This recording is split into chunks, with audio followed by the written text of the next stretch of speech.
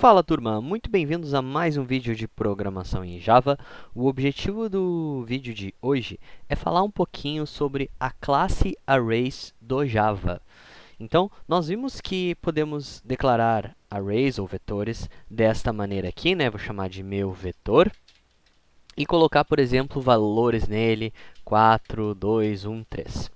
Ok? Então, isso aqui é um array em Java, tá? E em Java e em diversas outras linguagens funcionam de maneira similar.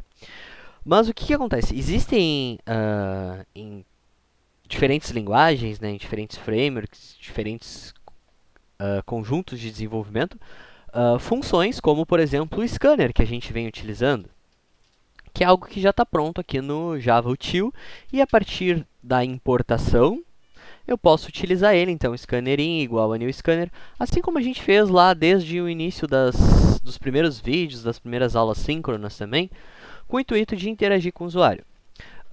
Também mostrei para vocês, por exemplo, o random, certo? Para criar um valor aleatório. Eu venho aqui e importo o random do pacote util, e a partir disso eu consigo gerar valores aleatórios, né? Vou colocar aqui aleatório. Tá? Nesse caso, eu só declarei, eu não instanciei. Por que eu estou falando disso? Notem que esses caras aqui, eles já existem dentro do pacote de desenvolvimento do Java. O que a gente precisa agora é utilizar uma classe também do pacote do Java que permite trabalhar com arrays, que permite com que eu faça modificações em arrays. Por exemplo, arrays, e notem que já apareceu aqui, ó, Java Util. Já adianto para vocês que Java Util talvez seja um dos melhores, não dos melhores, mas com certeza um dos mais utilizados pacotes aí dentro do ecossistema do Java. Então, quando eu aperto arrays e importo isso, certo, do Java Util, e coloco um ponto, vocês vão ver que existem vários métodos, tá? O que são métodos? São ações, assim como o scanner in.nextInt, ou random new, o random é nextInt também, certo? Mas, então eu tenho ações aqui que estão vinculadas a essa classe arrays. Que tipo de ação? Aí tem ações, claro, com o nome em inglês, tá? É interessante que vocês deem uma olhada depois nas que vocês não têm certeza do significado, mas tem algumas coisas interessantes. Então, por exemplo, fill,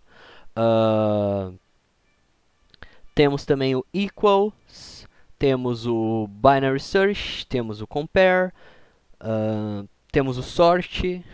Então, tem diversas funções aqui, né, que permitem que eu trabalhe com arrays. Então, vamos pegar um exemplo aqui, ó, onde o usuário me informa um valor, né? Então, por exemplo, um tamanho, e eu vou dizer que esse tamanho é 8.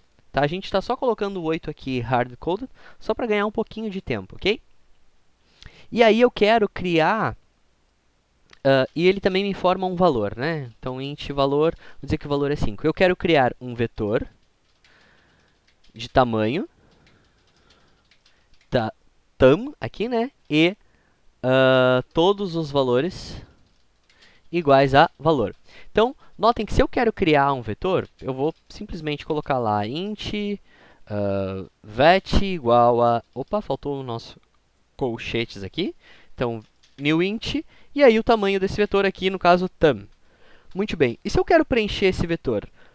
Normalmente, o que a gente faria? A gente criaria um for, passaria por todos os valores desse vetor e associaria a este vetor o valor 5. Mas existe uma função pronta para nós dentro da classe arrays, então a primeira função que eu vou mostrar para vocês, que serve exatamente para preencher. Então ela preenche aí a partir do método fill um vetor. E notem que ela permite que vocês informem diferentes parâmetros, né?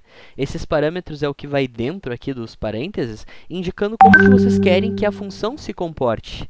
Então, por exemplo, caso eu queira preencher ela, todo o meu vetor, vet, com o valor 5, eu posso vir aqui e colocar o 5. Mas ao invés de colocar 5, eu vou colocar a variável. Então, nota como isso aqui me traz bastante flexibilidade para trabalhar, certo?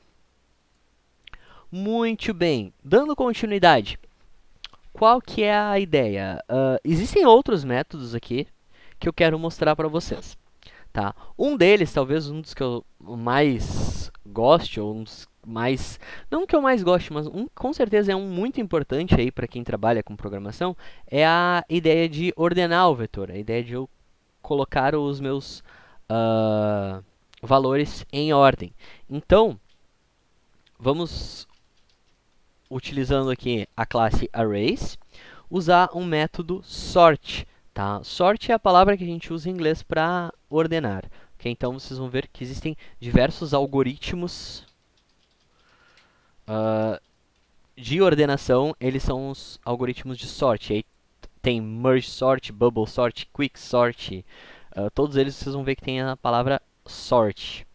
Ok? Então, arrays.sort, e aí notem que ele pede para nós aqui, ó, uma das assinaturas é qual que é o meu array, qual que é o meu vetor aqui. Ó. Object é todo objeto em Java é um tipo object, ok? Então, teoricamente, ele sabe ordenar. É claro que, se eu passar uma informação que não tenha como eu comparar, né, a priori, então eu preciso informar para ele também como que ele deve comparar. Mas aqui vocês vão ver que eu tenho os sorts para os principais tipos de dados. Então, char, double, float, int, long e short. Nesse caso aqui, a gente tem int, certo? Inclusive, eu posso dizer a partir de qual índice eu quero ordenar e até qual índice eu quero ordenar, né? Mas vamos utilizar o padrão primeiro, que é ordenar todo o vetor.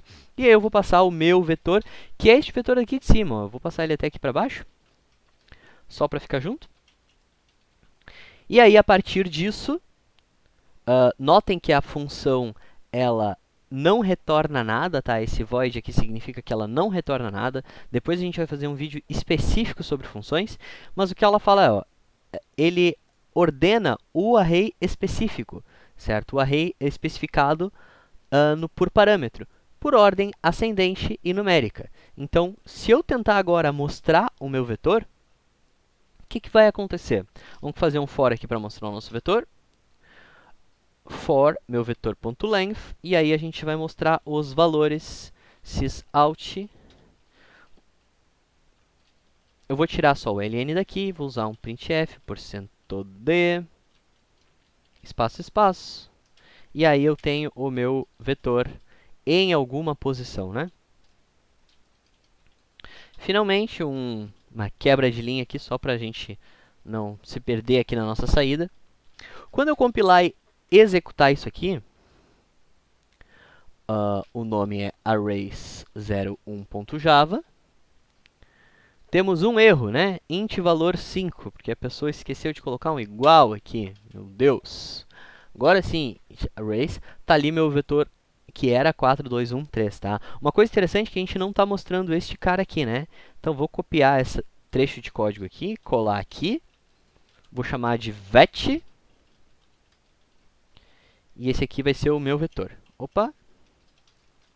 Sysout meu vetor. Tá? E aqui eu vou trocar para vet, obviamente, porque eu quero mostrar este vetor aqui. Vou trocar aqui para vet também, porque é o tamanho deste vetor. Certo? Compilando e executando, vocês notem que ele preencheu, de fato, o vetor com 5 e ele ordenou o meu vetor. Tá bem? Tem outras funcionalidades interessantes. Por exemplo, se eu quero copiar um vetor inteiro, né? Então, imagine que eu quero copiar este vetor aqui, né? Só que eu vou copiar ele antes de ordenar, né? Então, copiar um vetor inteiro. Opa, antes de ordenar. Deixar assim. E aí eu quero copiar um vetor inteiro, tá? De novo, eu poderia criar um vetor, int cópia, que tem o mesmo tamanho do meu vetor, então meu vetor.length. Mas, por padrão, né, logicamente, o que a gente faria seria fazer um for que passaria por todos os elementos desse vetor e, então, iria associar a cada uma das posições do cópia o valor do vetor. Tá? Eu não posso, pessoal, fazer assim, ó, cópia igual a meu vetor. Tá? Por que eu não posso fazer isso? Tá? Isso aqui não pode ser feito. Não é que não pode ser feito, é que ele vai ter um efeito colateral indesejado, tá? Então, não pode ser feito. Então, entendam que não pode ser feito. Lembrem-se, quando eu apresentei a ideia de vetores, a gente comentou e a gente trabalhou que quando eu tenho esse colchetes aqui, eu estou declarando um tipo por referência, tá? Ele não é mais um tipo primário, ele é um tipo por referência. O que significa ser um tipo por referência? Significa que eu aponto para o endereço de memória e não necessariamente para o valor, certo? Então, o compilador, quando a gente acessa lá em alguma posição, ele entende que aquilo ali é um endereço de memória que tem que ser deslocado em tantas posições para chegar no valor em si. Então, quando eu tenho isso aqui, eu estou falando de endereço de memória, eu não estou falando diretamente dos valores. Consequentemente, se eu faço isso aqui, eu estou dizendo assim, a cópia é igual ao mesmo endereço de memória do meu vetor. Tá? Se eu não me engano, o Java deixa compilar. Exato, ele deixa compilar. Só que agora, olha só que interessante, tá? Eu vou pegar o vetor cópia e na posição 0, eu vou colocar o valor 10. Tá? E notem que aqui eu estou mostrando o meu vetor, né? Está aqui o meu 10, que eu coloquei lá no cópia. Por quê? Porque, na verdade, eu não fiz uma cópia. Eu fiz um link entre eles, vamos dizer assim. E esse conceito é muito interessante, se apeguem nele, tá? Mas, então, já que isso aqui não funciona, né? O que eu vou fazer vai ser o seguinte, ó. Eu vou deixar esse 10 aqui para provar que a nossa nova abordagem funciona, tá? E ao invés de fazer um for com todo o processo, passando de posição em posição, eu vou utilizar uma funcionalidade que existe na classe System, que é ArrayCopy. ArrayCopy. E aí, o que ele me fala, ó? O source, ou seja, de onde que eu quero copiar. Eu quero copiar do meu vetor, ok? Eu quero copiar a partir de que posição? Bom, eu quero copiar a partir da posição 0, certo? Todo o meu vetor. Então, notem que as funções, além de elas permitirem que eu manipule os vetores, elas permitem que eu manipule parte do vetor, o que deixa isso muito interessante, isso deixa bem legal de trabalhar com ela, tá? Qual que é o meu vetor de destino? Meu vetor de destino é o vetor cópia, tá? E eu vou colar ele, vamos dizer assim, né, a partir da posição 0. Beleza. E o tamanho é o tamanho do meu vetor.length ou do meu cópia.length, já que ele já foi aí inicializado, ok? E aí, depois a gente fez essa alteração aqui no vetor cópia. E notem que se eu compilar e executar, eu não alterei mais o meu vetor, eu alterei apenas o vetor cópia. Vamos copiar e colar isso aqui. Vamos trocar aqui para cópia. E aqui vou trocar de meu vetor para cópia e cópia. Perfeito. Deixa eu limpar aqui o nosso terminal para facilitar a visualização. Então, notem que o cópia ele não está ordenado e também tem um valor alterado aqui com o 10, porque eu fiz, de fato, a cópia de cada um dos valores. A gente não simplesmente criou um link entre eles, certo?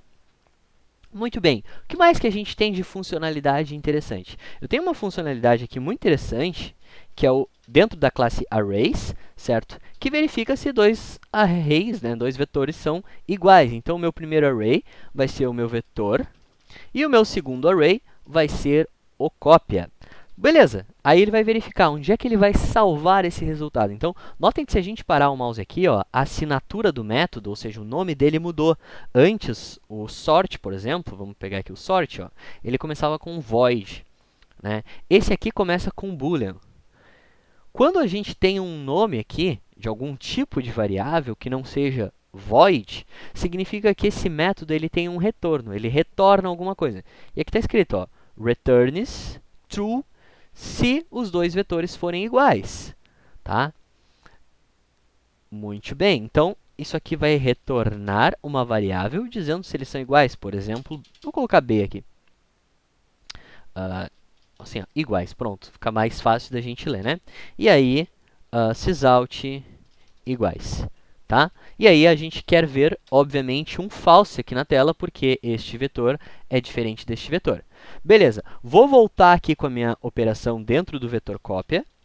Então, cópia na posição 0 vai voltar a ter o valor 4. E vou verificar se eles são iguais novamente, tá? Então, vou copiar aqui a partir da verificação e colar. E ele continua sendo falso. Por quê? Porque este vetor aqui está ordenado e este vetor aqui não está ordenado. Lembrando que a gente trocou esse 10 por 4. Então, o que falta fazer no cópia? Vamos ordenar o cópia também. Então, opa, arrays.sort. E aí eu quero ordenar o vetor cópia. Eu vou ordenar aqui já, junto com a operação. E agora, teoricamente, ambos os vetores têm os mesmos elementos, o mesmo tamanho e na mesma ordem. Logo, a gente pode considerar que os dois vetores eles são iguais, eles são true aí para iguais, tá?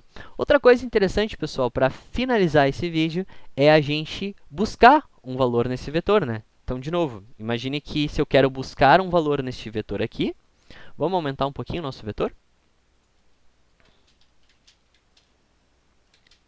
Aí, vou colocar um 9 também. Pronto. Imagine que eu quero buscar um valor nesse vetor, né? Se eu quero buscar o valor 5. Ele está lá, não está? Como que a gente pode fazer isso? Então, existe dentro da funcionalidade dos arrays um binary search, tá? Não existe só um search, tá, pessoal? Deixa eu confirmar aqui, mas exatamente, ó, não existe um search, só um binary search. Como que funciona os binary search dos arrays?